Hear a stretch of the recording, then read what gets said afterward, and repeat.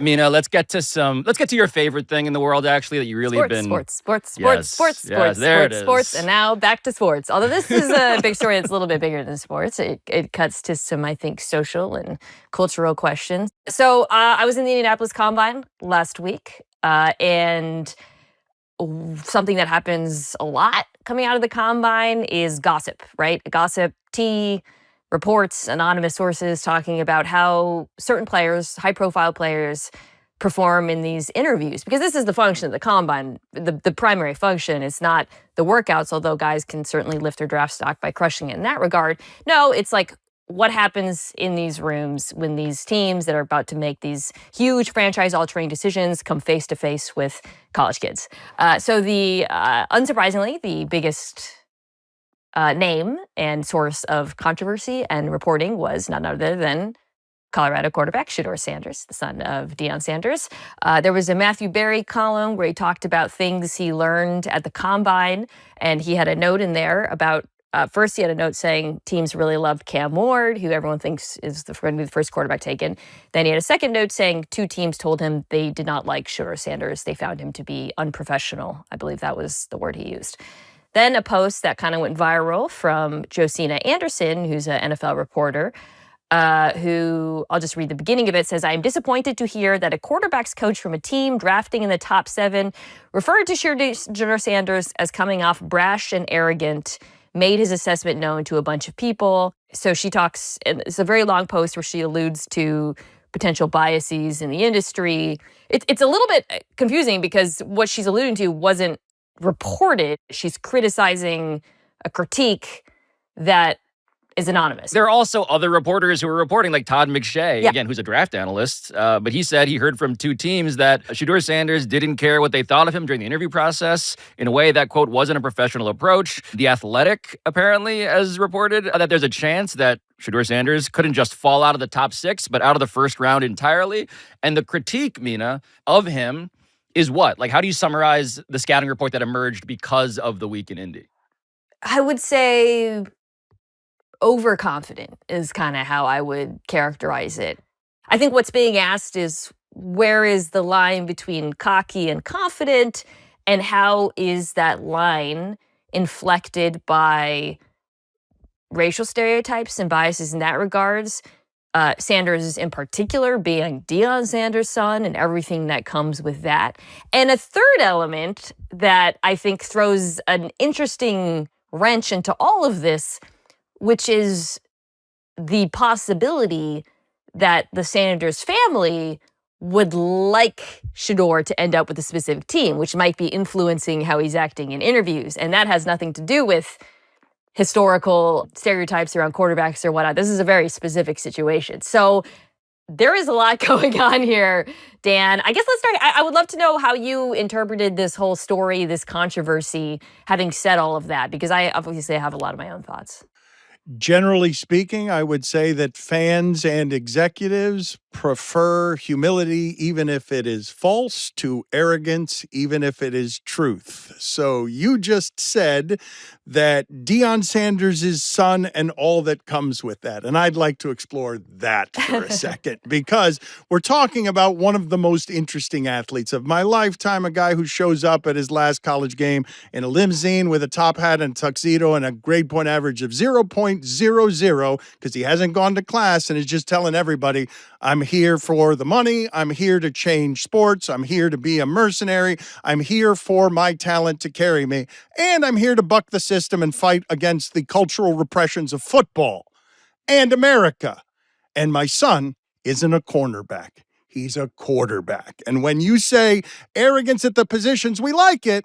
Not so much at quarterback, not so much at face of a team, voice of a team. You're allowed to be publicly arrogant. Generally speaking, the most popular quarterbacks, Tom Brady among them, you don't get arrogance. You get the questions away from my locker. I'm going to be boring on purpose. But we've got a new breed of quarterback coming into the league. We've got a cultural and generational shift at the position. And I would ask you guys, how do you think the average NFL executive who's meeting with the son of Dion Sanders, whose confidence is earned, who has been in a lifetime of being built by this particular father to play the most important position in the sport, my guess is that he is going to do things his way, and they want to knock that out of you as soon as you get there. You're not in charge, kid. We are.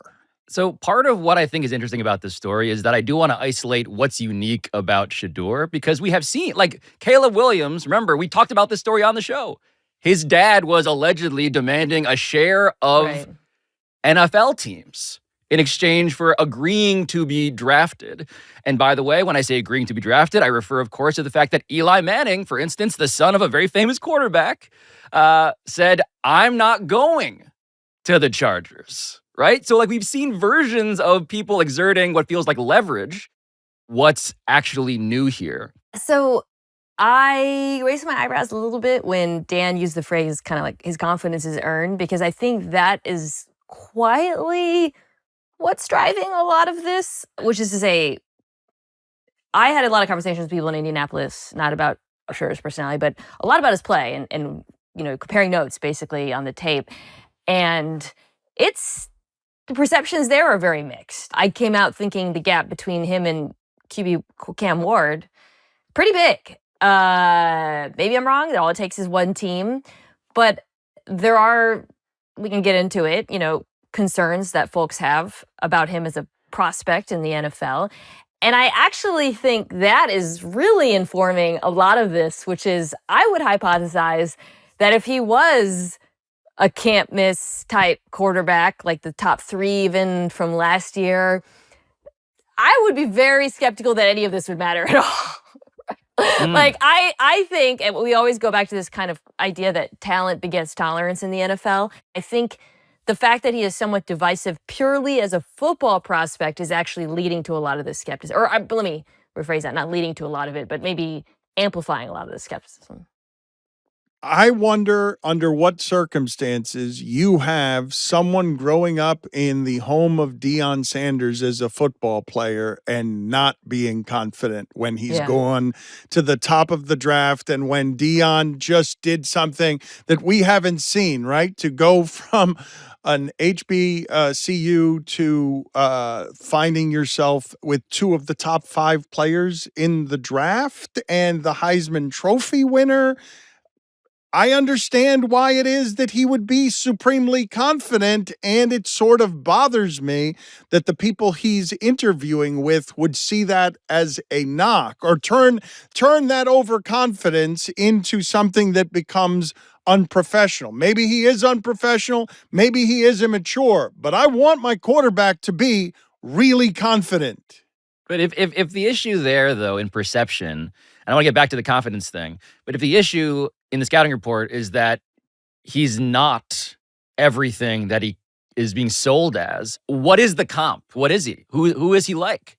When we talk about his personality here, I think there is some sensitivity because historically, a lot of the traits, some of the words being thrown about brash, overconfident, have been assigned to Black quarterbacks in the past disproportionately. So when you hear that here, immediately, I think Spidey sense kind of goes off. What's kind of, I wouldn't say funny, but ironic, though, is that who he is as a player is actually the opposite of the quarterbacks that we have assigned, the stereotypes, that NFL teams and anonymous scouts have assigned to Black quarterbacks in the past, where they have over-indexed on emphasizing the athleticism at the expense of things like accuracy, football intelligence, processing, all of that. So to actually answer your question, I think Shedeur Sanders is accurate. He is tough. He is very smart. He throws with anticipation. He's a good processor. He throws over the middle of the field. He is not a great athlete, and he does not have great arm talent. So in some ways, there's like a little bit of Tua Tagovailoa to his game, to be honest, which is to say he wins with anticipation and accuracy, not with arm strength.